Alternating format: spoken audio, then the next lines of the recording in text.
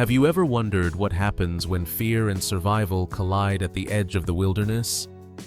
Tonight, I'll take you to a remote mountain village where every night the same haunting sound echoed down from the ridges, the howl of wolves. The villagers believed those howls were warnings, omens of danger. Their livestock was their livelihood, and to them, wolves meant loss, hunger, and threat.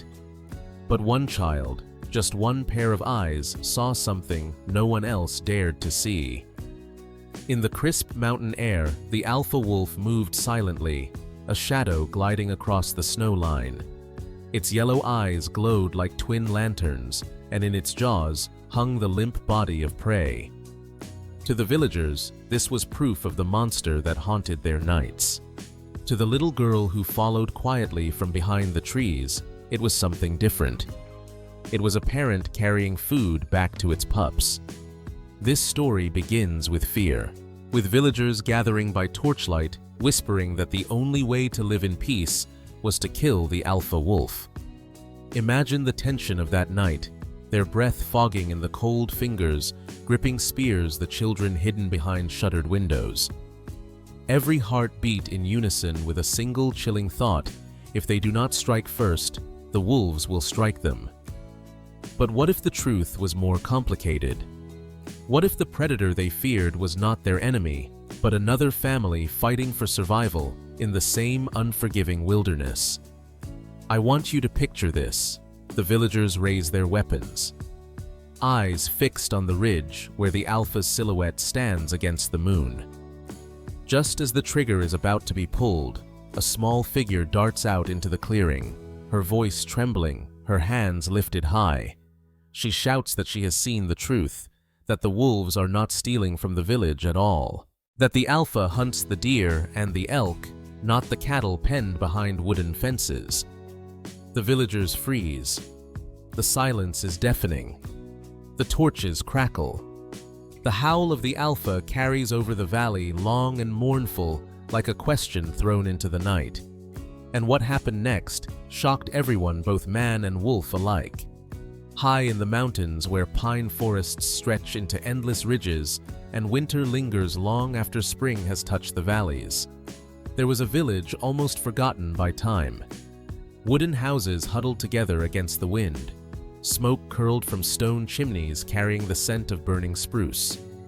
Life here was hard. Families relied on their cattle, their goats, their harvest of barley and potatoes to make it through the biting cold. Among the villagers lived a young girl named Lean. She was no more than 10 years old, with dark braids that swung when she ran, and eyes that noticed what others ignored. Her father was a herder, hardened by years of watching the sky and the soil. Her mother kept the home-weaving cloth by lamplight. For Lynn, the mountains were both playground and mystery. She collected feathers, followed streams to their hidden springs, and listened to the winds that carried the cries of hawks and the whispers of wolves. The wolves were never far away. At night, their howls rolled down the slopes, echoing through the valley like a chorus. To the adults, those howls were warnings, reminders that danger lurked just beyond the tree line. To the children, they were terrifying lullabies. Mothers told stories of wolves stealing into barns, of glowing eyes at the edge of firelight. Fear became a tradition passed from one generation to the next. But Lynn, unlike most, felt something else. When she heard the howls, her chest ached not with fear, but with a strange curiosity. She wanted to know what the wolves were saying. Were they calling each other home? Were they mourning, or were they celebrating a successful hunt? The land itself shaped the conflict. This was not gentle country. The winters were long, food was scarce, and survival demanded sacrifice. The wolves hunted elk and deer, chasing them through snowfields until the herd grew tired and fell. But sometimes, when prey grew thin, they crept closer to the village, drawn by the scent of livestock penned behind wooden fences. For villagers, each calf or goat lost was a disaster, a hole in the year's survival. For wolves, each kill was the difference between their pups living or starving. It was inevitable that fear grew sharper. Meetings were called in the Longhouse. Men spoke of the Alpha, the great dark wolf that led the pack. Tall, broad-shouldered, scarred across the muzzle, the Alpha was said to be clever, watching the village from the shadows. Some swore they had seen it circle the pastures at dusk. Others said it had eyes like fire. To them, killing this wolf meant killing fear itself. Yet not everyone agreed. The elder of the village, an old woman who rarely spoke, remembered a time when wolves and people kept their distance, when fences and respect were enough. She warned that killing the Alpha would not end the howls, it would unleash chaos. A pack without a leader, she said, was unpredictable, desperate, and far more dangerous. Her words, though wise, were drowned out by the rumble of fear. Lin listened to these debates from the shadows, clutching a carved wooden toy her grandfather had made. She watched the lines on her father's face deepen as he spoke of protecting the herd. She saw her mother's worry as she whispered about food for the winter. To them, wolves were thieves. To Lin, they were something else, neighbors whose story had never been told. Beyond the village, in a cave hidden deep in the forest, the Alpha wolf lived with its pack. The cave smelled of pine needles and old stone. Inside, the Alpha's mate nursed 3 pups, their fur soft and gray, their eyes still clouded with youth. The Alpha brought food each night, haunches of deer, scraps of rabbit, even the carcass of a stag brought down after a long, grueling chase. He licked the pups clean, nuzzled them close, and lay watchful at the cave's mouth. To the wolves, the world was simple: hunt, protect, survive. To the villagers, the world was fragile. One season of scarcity could mean death. Between them stretched a gulf of misunderstanding. Both fought for family, both claimed the right to live, and in the middle stood Lin, a child with the courage to look past fear and see the truth. This was the stage a village clinging to survival, a pack ruled by an Alpha, and a child who dared to question the old stories. The snow would fall heavier soon, food would grow scarcer, and choices would become harsher. Every path led to a confrontation that no one could avoid. The night of the decision was coming. The torches were already being prepared. The first time Lin saw the Alpha up close, the world narrowed to breath and snow. Dusk had thinned into the quiet blue hour when colors lose their names.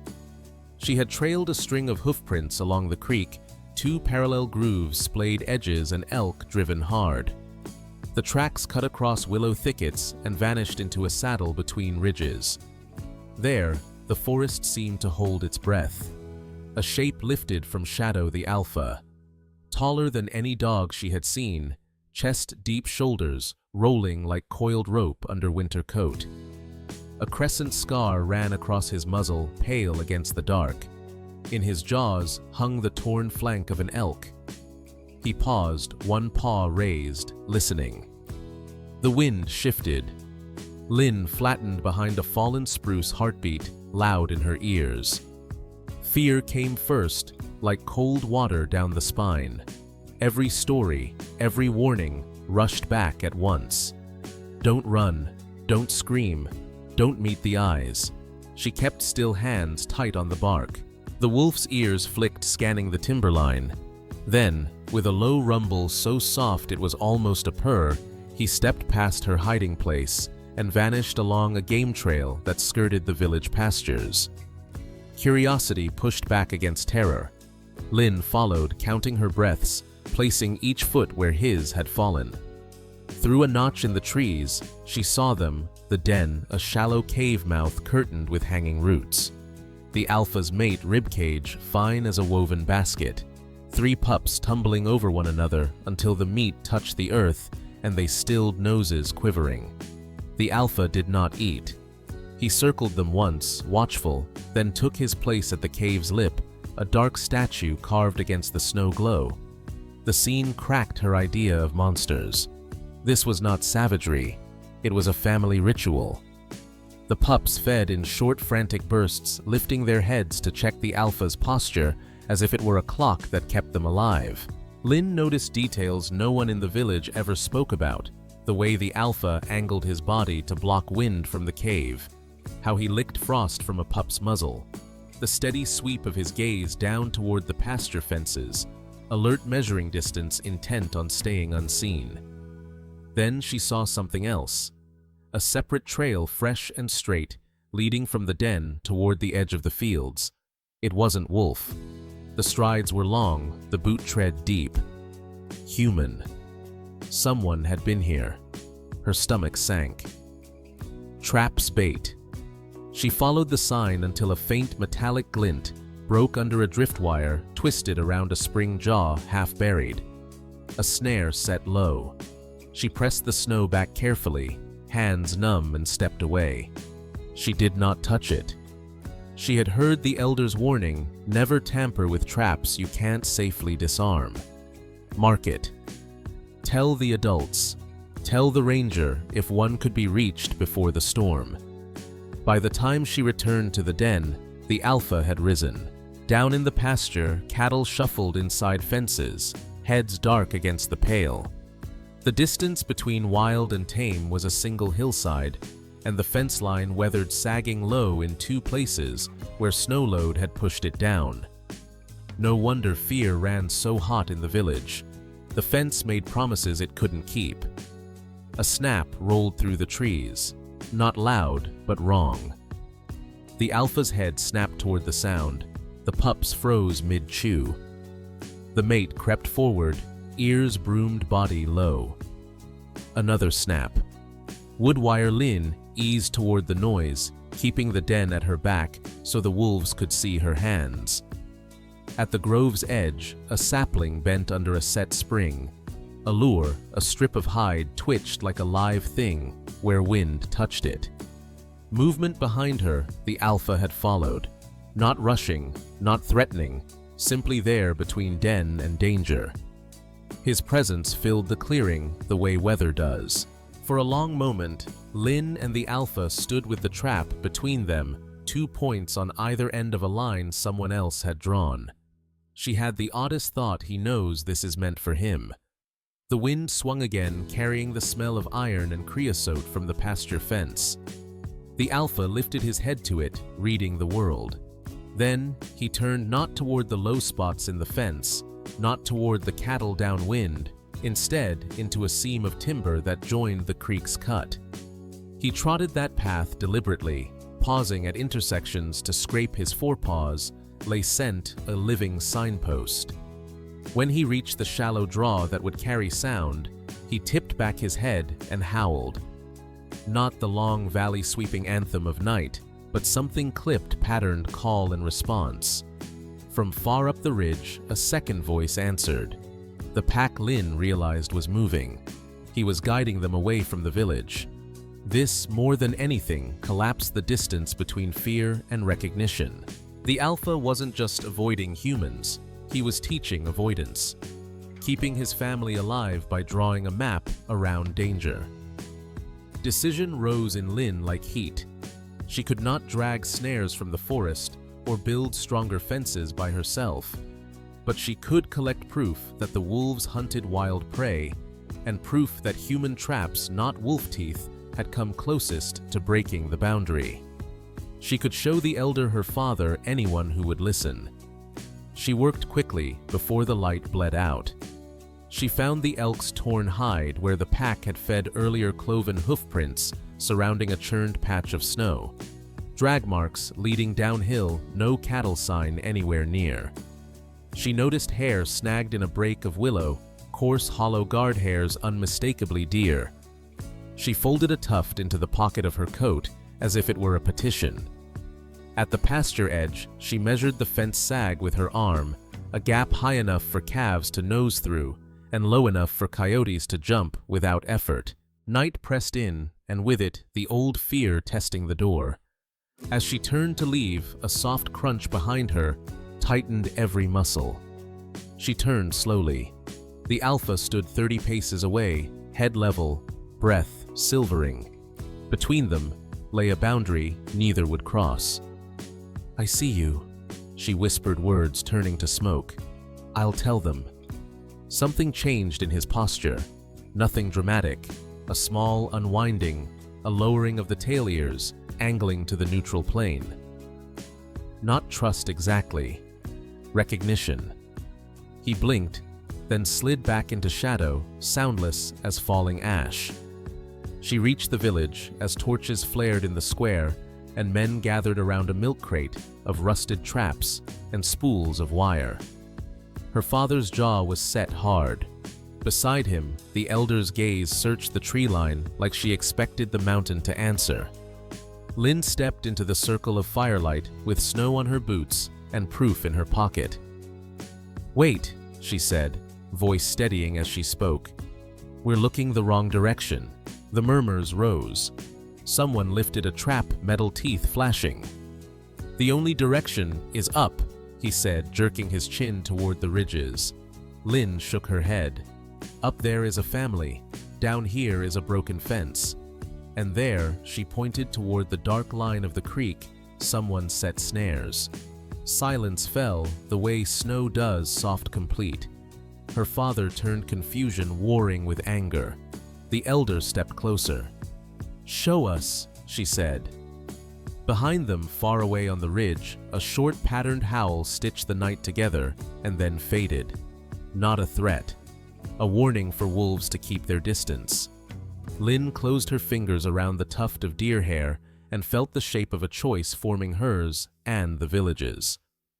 The following weeks pressed down on the village like an iron weight. Snow fell heavier, sealing paths, slowing wagons, burying fences until their tops barely showed. Food grew tighter.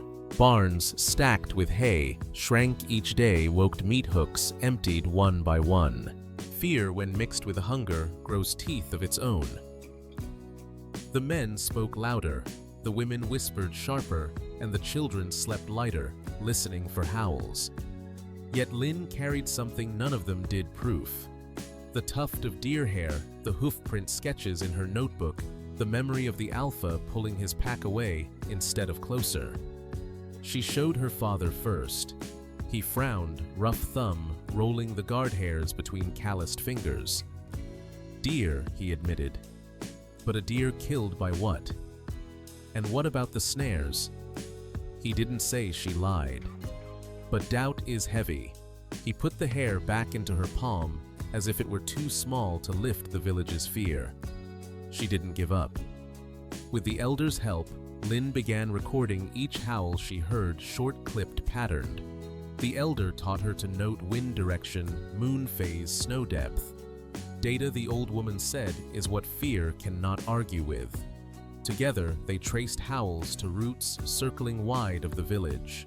Not once did the wolves cross fence lines while the howls guided them. Meanwhile, the alpha's pack faced their own trials. Elk grew scarce. Snow crust hardened, slicing tender pads. One pup limped from frostbite. The mate chewed ice to soothe the wound. Lynn, hidden on a ridge, watched the alpha return, night after night, with scraps small enough to vanish in the pups' mouths. Hunger etched them thin, but still they lived. Survival was no luxury. It was a gamble fought daily. Lynn began to feel a strange kinship. She too collected scraps, notes, sketches, fragments of proof. She too carried them home to feed an idea coexistence. But danger sharpened. One evening, as villagers hauled wood to shore up sagging fences, a cry broke from the pasture. A calf had slipped through the weakened rails, drawn to the meadow beyond. By the time they reached it, snow already churned with tracks. Hoofprints crossed by paw prints. Fear surged. "The wolves are here!" Torches lit. Shouts scattered. Lynn forced her way forward. The calf was down but not torn. Its leg trapped in a collapsed drift, twisted, broken. The paw prints did circle nearby, but never touched the calf. Instead, they looped, retreated, vanished toward the ridge. The wolves had come close, yes, but they had chosen not to strike. She shouted above the panic, "Look, they didn't kill it. The snow did." For a moment, the crowd faltered, but fear is stubborn. A man raised the twisted calf's limp head and spat. Next time, they won't hesitate. Back in the square, tempers flared. The traps came out again, metal jaws gleaming. The elder argued for patience. Lin added, her voice trembling but loud. Some shook their heads, others listened uneasy. The divide deepened. That night, Lin stood by her window lantern dim. Across the valley, the Alpha howled, not the clipped guide call, but a long mournful cry that hung like smoke in the air. She pressed her palms to the glass, whispering into the cold, "Stay away, please." The trials worsened when disease swept through the cattle barn. Nothing deadly, but enough to sicken milk cows. Lower yields cut into the winter's survival margin. Fear turned to blame. If we didn't spend so much time worrying about wolves, maybe we'd watch our herd better, one villager muttered. Lin overheard. Every problem, no matter its cause, bent back to wolves. Even nature seemed to test her resolve. A storm hammered the valley winds, ripping shingles, snow burying doors. Lin's family huddled inside, lanterns guttering. Between gusts, she heard it faint whimpering, muffled by distance. Against orders, she slipped into her coat, pulled the hood tight, and opened the door. The storm clawed at her face, nearly toppling her. She followed the sound, stumbling through drifts, until a shadow moved, small, gray, trembling. One of the wolf pups. It must have strayed from the den, blown downhill by the storm. Its eyes were wide, body rigid with cold. For a heartbeat, Lin stood frozen. Every tale told her to run. But another voice rose. The elders, "Data is what fear cannot argue with." And what stronger proof than this? The wolves had not come to raid. They had lost one of their own. She dropped to her knees, kept her hands open, voice soft. "Go home," she whispered, though the pup could not understand. Still, something in her tone eased its panic. It staggered, sniffed, then bolted uphill, tail low, vanishing into white. Lin exhaled so hard her lungs ached. Proof enough, wolves were fighting the storm, same as them. By morning, the storm broke. In the village, roofs sagged under weight, fences splintered. People cursed wolves, though none had appeared. Lin, exhausted, told the elder of the pup. The old woman nodded slowly. Sometimes trials come not to break us, but to show us who we stand with. The bond between Lin and the wolves was not friendship, it was recognition. She saw their struggle as mirror to her own. Each day she collected signs. Each night she prayed the villagers would see them too. Yet every sunrise brought new doubts, new anger, new whispers. The greatest trial came one dawn when the Alpha himself limped into view. Lin spotted him from the ridge leg, bleeding, caught by a hunter's bullet that had only grazed. He moved slow, careful not to show weakness near the den. She wanted to run to him to help, but she knew better. A wounded wolf is danger incarnate. Still from her distance, she saw him settle, lick the wound, push himself back to his feet, and return to his pack without falter. Strength was his trial. Witness was hers. And though the gulf between them remained wide, a thread stretched across it, frail, invisible, but unbroken. The night it all broke open began like any other winter evening, a blue hush settling over the valley, breath ghosting in the air, lanterns pricking the dark like small, stubborn stars. But high on the ridge, the wind had a different plan. It raked the cornices and combed the pines until the mountain's skin hummed with tension, until the snowpack, layer upon layer of storms, held together more by habit than by strength. Lin was awake, pencil in hand, mapping the day's howls the way sailors once mapped constellations. The elder had taught her the pattern for avoid and for regroup, the clipped calls the Alpha used to steer his pack around danger.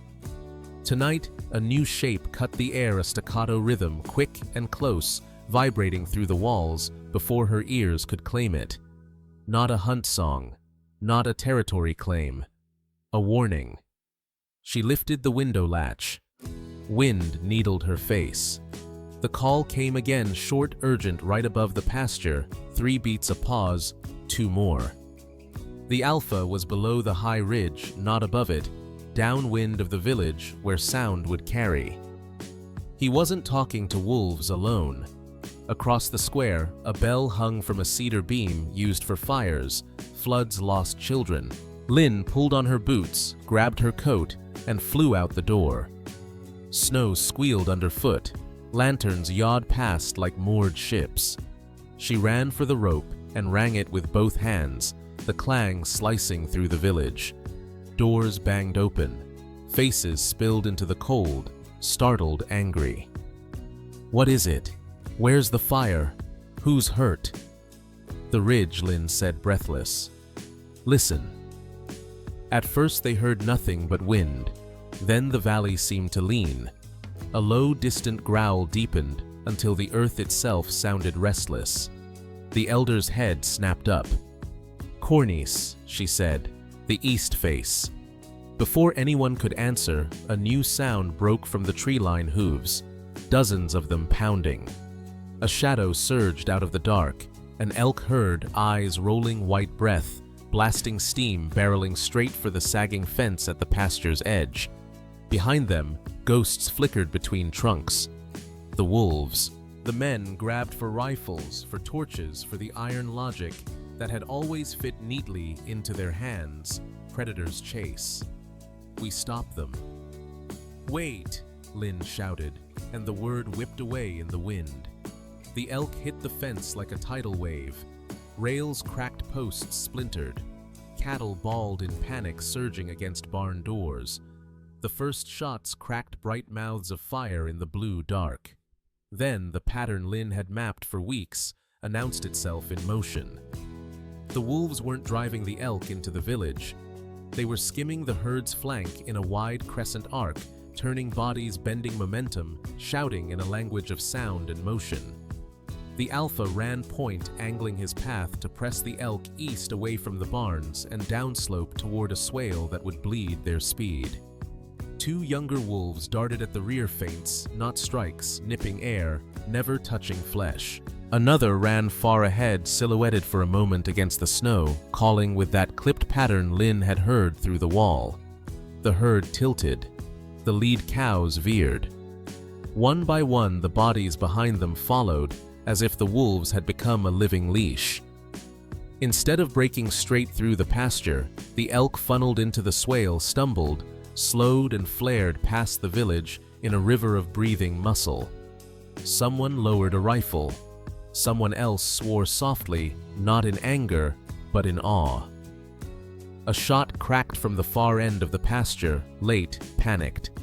The bullet buzzed into the swale, harmless among legs and snow. The sound alone was enough.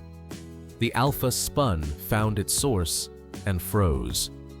Through his scope, a man sighted again, finger whitening on the trigger. Lynn saw the line forming Gunwolf Grave and stepped into it without thinking, arms wide. "Stop!" she screamed. "They're turning the herd! Get back!" her father shouted, but the command came edges first, dulled by fear, and by the sight in front of him, a child between a rifle and a shadow. The elder's voice cut cleaner. "Down, all of you. Listen." That was when the mountain let go. The growl swelled, split, and became a roar as the east cornice collapsed under its own weight. Snow tore free in a slab, then shattered into powder, then into a cloud that rolled like surf down a couloir. It jumped an old moraine and became a white wall, cold and heavy as a falling roof. The sound crushed thought to size small. The herd bolted at the change in tone, surging now away from both village and storm. The wolves vanished at once, slipping into dark seams in the trees. The village held, still held, breath, held time until the Alpha reappeared on the pasture's high side, not running from the slide, but running along it parallel to its path. Head tilted as if reading a script none of them could see. He broke left, barked that clipped code 3 beats. A pause, 2, and the pack answered from beyond the ridge, shepherding themselves into safe ground. The avalanche's main tongue thundered past the old logging road, spilled into the upper meadow, and slammed to a grinding halt against a stand of willow in a hissing exhale. A secondary wave sloughed off toward the pasture, smaller but fast, a gray tongue licking down the slope. It hammered a section of fence flat and spilled into the low spot, where kids sledded in gentler weather. The low spot where Lynn stood. Her father saw it first and ran. The elder grabbed the bell rope and rang it again, this time as prayer. Snow hits not as a sheet, but as a body. The first shove knocked Lynn to one knee, the second drove her into powder up to her waist. White filled the night. Sound vanished under the hiss. Hands seized her shoulders, her father's, and hauled until cold air shocked her lungs. Together, they staggered up slope, slipping, clawing, stumbling toward the barn. Movement to their right, a dark shape coursing the slide's edge, not caught by it, but carving its rim and turning back, hemming them toward the higher ground where the snow was shallow. The Alpha. He didn't come close. He didn't need to. His presence pulled at their path the way a riverbank pulls at water shaping the flow. Lynn reached the barnyard just as the secondary slide spent itself in a last harmless sigh, leaving a new shoulder of snow where grass had been. Silence smothered everything. Then sound returned in pieces, the creak of settling roofs, a cow's bewildered lowing, the faint jingle of a dropped bit hitting a post. The village turned as one toward the ridge where the main debris piled in the upper meadow, toward the lightless body of the mountain that had almost moved through them. No one spoke. The Alpha stood above the pasture chest, heaving steam pouring from his jaws. He tipped his head once, not to the moon or to the dark, but to the village. Not a bow, not submission. An acknowledgement as simple and undramatic as a nod over a fence line between neighbors who had survived the same storm. Then the night snapped back into human time. People ran. Men and women threw their shoulders under doors to keep them from buckling. Others shoveled snow away from barn vents. Older children led stoky cows to higher stalls. Small ones gathered the scattered rails of fence like driftwood for a new fire. Lynn's father, breath still ragged, looked down at his daughter's snow-streaked face and did something he had not done since the howls began echoing nightly. He smiled, fierce and shaking. "You were right," he said. He didn't mean about everything, not yet, but he meant it about tonight. At the pasture's edge, the man with the rifle lowered it all the way, shame washing his cheeks darker than cold. He stared into the swale, where elk tracks braided, and then arrowed east, far from barns, far from calves. The elder put a hand on his arm. "Sometimes," she said, "a thing you fear becomes the thing that saves you, because fear taught it to keep its distance." As the village stabilized, Lynn slipped back to the fence gap the avalanche had chewed flatter.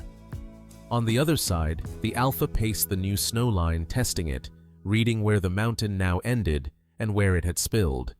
He stopped where the fence sagged lowest, the same weakness she had measured with her arm, and glanced once toward the cattle. There it was, again, the decision visible as posture. He turned away. Lynn felt a pressure at her side and found her father beside her eyes, on the same line between wild and tame. "We thought the wolves were a hole in our winter," he said. "Turns out our fence was." He brushed snow off the top rail and looked down at her. "Tomorrow we raise it, properly, with posts that won't sag." He hesitated, tasting the next words as if they might change the air. "And we call the ranger about snares." Tonight, Lynn said, surprising herself. "Snares don't wait for morning." He nodded. Across the pasture, the elder had already dispatched 2 boys with lanterns to check the upper path for anyone caught in the slide. A woman began an inventory, voice clipped and steady. Chimneys good. South barn intact. Head count now. From the ridge came one last wolf sound, a soft line threaded into the darkness. It wasn't the clipped warning of before, nor the long anthem of possession. It was something else, low, an even call and answer, muted by distance, a settling note, a boundary redrawn. The villagers gathered at the square as the bell stilled. The man with the rifle set it down on the crate of traps. Then, after a moment, lifted the crate and carried it inside the longhouse out of the snow. Not thrown away, not consecrated, put aside. Lynn and her father made for the east trail with a lantern and a length of bright cloth to flag any snare they found. At the bend above the creek, the world had changed shape. New mounds, new hollows, the old path erased. They reached the grove where Lynn had seen the lure under the bent sapling. The snare still lay half-buried iron teeth, rimed with ice. Her father knelt and stared at it for a long time, then stood and tied the cloth to a branch. "We'll fetch the ranger at first light," he said. "He'll know how to pull these without catching anything we don't mean to." Wind hissed the branches. In that close quiet, Lynn felt the night settle into a new balance, as if the avalanche had not only remade the hill, but had cut away through old stories too. She thought of the alpha pacing the line of the pups that needed his breath, of the elk herd flowing east, because wolves had written their motion into the snow. She thought of the bell rope burning her palms, and the weight of her father's hands dragging her from the slide, and how both salvations had hurt in the moment they happened. They walked back through a village moving with purpose, the kind that follows a scare and precedes a change. Someone hammered braces against the weakest barn. Someone else sketched a new fence plan in char on the longhouse wall, higher rails, tight weave wire, lower down a reinforced gate on the north side, where elk habitually funneled. The elder sat by the fire with a ledger on her knees, writing a careful line at the top. Tonight, the wolves turned the herd. The avalanche did not touch the barns. Lynn paused at the door and looked toward the ridge. For a heartbeat, the alpha stood clear against the sky. He neither howled nor stared her down. He simply lifted his nose, tasted the wind, and sank back into the trees, a shadow joining shadows, a story joining the forest's longer telling. Later, when the village finally slept, the valley held a new kind of quiet, not the brittle hush of dread, but the heavy, restful weight that comes after work well done and danger deferred. Somewhere out there, pups pressed their bellies to full bellies.